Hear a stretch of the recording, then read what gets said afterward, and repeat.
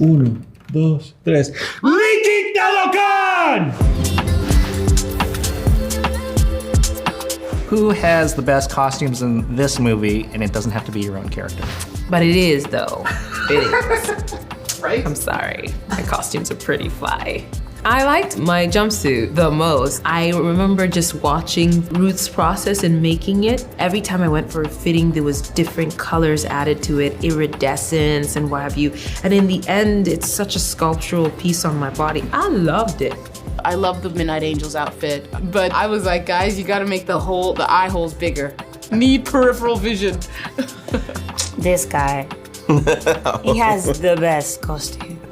I love how regal it is. I love how it's a beautiful connection to Mesoamerican tradition and culture. I just love it. I love the costume. It's great. That version with the feathers, I love that costume with the cape and everything. And the shorts.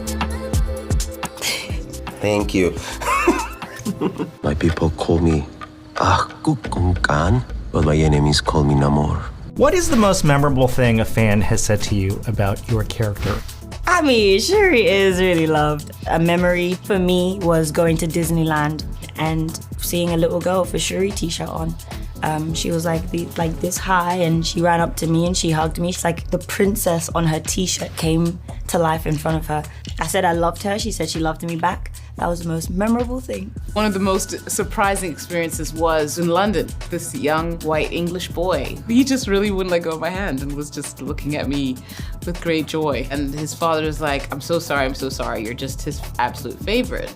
And that was just something very interesting in that moment, because the realization of how, we can put women in these roles on these big platforms and they transfer to everybody. We don't have to worry about, you're not the right race or gender to play a heroic role. That's nonsense. I was at home in Oakland working with a friend of mine named Elvis Mitchell on his show, and we were at King's Boxing Gym. A gentleman about my age came up to me, and he had a young daughter. She was dressed as Shuri, and she was like, "Hey, Shuri's my favorite character." It was heartwarming. What's your name, sweetheart? Black Panther's sister. Oh my goodness. You spent a lot of time in water in this movie. How long did you have to hold your breath? I worked very hard for this. A lot longer than she did. I started, 30, 20 seconds, and then I built myself up to close to 4 minutes, 3 minutes and 45 seconds. But this one, she went over 6 minutes. But my first day I started in 30 seconds, and at the end I'm finished in 6 minutes and a half. So I was like, okay, I'm dead. No one came close to her.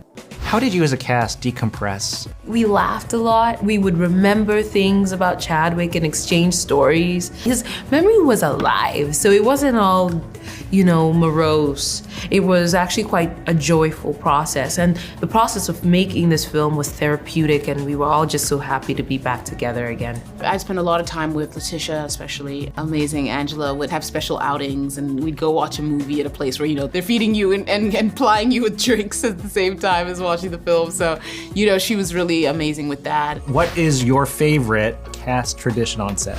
My favorite one is the rap gifts. They all make sweatshirts and t-shirts and swag. It's like kind of decked out in their own character stuff.